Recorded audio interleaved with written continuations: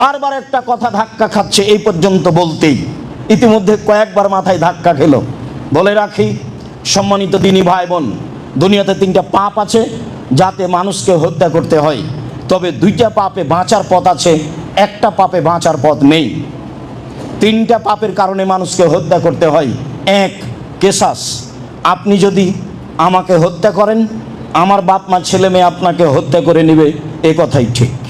তবে আমার বাপ মা যদি মাফ করে দেয়, ঠিক আছে, আপনাকে কেসাসের জন্য ফাঁসির মঞ্চে নিয়ে আসা হয়েছে, ফাঁস গলায় দেওয়া হয়েছে, আমাদের পক্ষ থেকে বলা হচ্ছে মাফ করলাম, তাহলে ফাঁসির মঞ্চ থেকে নামিয়ে নিতে হবে, ফাঁসি হবে না, মাফ হয়ে গেছে। 2, কেউ যদি মোরতাদ হয়ে যায়, বলে আমি ইসলাম ধর্ম ত্যাগ করলাম, বলে গাভীর দুধ হারাম, বলে মদ হালাল, এইরকম যদি বলে, তাহলে তাকে হত্যা করতে হবে। তারও বাঁচার পথ আছে, তাকেও ফাঁসির মঞ্চে নিয়ে যাওয়া হয়েছে। ও বলছে আমি তওবা করলাম, আমার ভুল হয়েছে, গাভীর দুধ হালাল, মদ হারাম। স্বীকৃতি দিলে তাকে ফাঁসির মঞ্চ থেকে নামিয়ে দিতে হবে, তার ফাঁসি হবে না। বিবাহ করার পরে যদি কেউ জেনা করে, তাহলেও তাকে হত্যা করতে হবে, তাকে বাঁচানোর পৃথিবীতে কোনো পথঘাট নেই। যেটা এখন স্বাভাবিক পাপ, যেটা ঘরে ঘরে হচ্ছে, যেটা কোনো বড় জটিল ব্যাপার নয়, এত বড় জটিল ব্যাপার, তাকে বাঁচানোর পৃথিবীতে কোনো পথই নেই। তাকে যদি বাঁচাতে হয়, তাহলে মুহাম্মদ সাল্লাল্লাহু আলাইহি ওয়াসাল্লামকে আবার দুনিয়াতে আসতে হবে, এসে বলতে হবে পৃথিবীর মানুষ, আমি মুহাম্মদ ঘোষণা দিচ্ছি, বিবাহ করার পরে যদি কেউ জেনায় লিপ্ত হয়, তাহলে তাকে হত্যা করতে হবে না। যেহেতু তিনি আর কিয়ামত পর্যন্ত কোনোদিন আসবেন না, কাজে ঘোষণাও কোনোদিন আর হবে না, কাজে বিবাহ করার পরে জেনায় লিপ্ত হলে তাকে রক্ষা করার পৃথিবীতে কোনো পথ ঘাট বের হবে না। এটাই শরীয়ত। সম্মানিত দিনী ভাই বোন, তারপর রাসূল সাল্লাল্লাহু আলাইহি ওয়াসাল্লাম বলেন ওয়াইন শাদালা শারফিহে, মসজিদে কবিতা গাওয়া নিষেধ। তারপরে তিনি বললেন অন্তুকামাল হুদুদ ফিহে, মসজিদে শাস্তি, নির্ধারিত শাস্তি লাগানো নিষেধ। নির্ধারিত শাস্তি কি? চুরি করেছে হাত কেটে দিতে হবে, এটা নির্ধারিত শাস্তি। অপবাদ লাগিয়েছে 80 লাঠি পিটাতে হবে, এটা নির্ধারিত শাস্তি। অবিবাহিত অবস্থায় জেনা করেছে 100 লাঠি পিটাতে হবে, এটা নির্ধারিত শাস্তি। যেগুলো শরীয়তে নির্ধারিত শাস্তি রয়েছে, সেগুলো মসজিদে বাস্তবায়ন করা যাবে না। তাহলে বেশ কিছু নিষিদ্ধ মসজিদে তা ধারাবাহিকভাবে অবগত হচ্ছিলাম, যদিও মসজিদ অনেক কিছুর জায়গা, এরপরেও এইসব কিছু মসজিদে করা যাবে না বলে রাসূল সাল্লাল্লাহু আলাইহি সাল্লাম বলেন, যা ধারাবাহিকভাবে আপনার সামনে পেশ করছিলাম সতর্কবাণীতে। তারপরে চলেন আমরা আবার পরিষ্কার পরিচ্ছন্নতায় ফিরে যাই।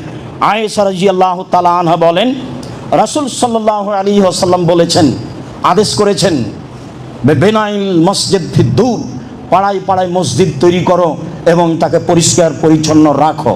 পরিষ্কার পরিচ্ছন্নের বিষয়টি অতীব জরুরি। সাহেব ইবনে খাল্লাদ বলেন, হুয়া রাজুলুন মিন আসহাবি রাসূলিল্লাহ সাল্লাল্লাহু আলাইহি ওয়াসাল্লাম, সাহেব ইবনে খাল্লাদ একজন সাহাবী। কালা ইন্না রাজুলান আম্মান নাসা, তিনি একটা লোককে দেখলেন জনগণের এমামতি করছে। ফাবাসাকা ফিল কিবলা, সে এমামতি করাকালীন সামনের দিকে থুথু ফেলে দিল। এই অবস্থা আল্লাহর নবী দেখলেন।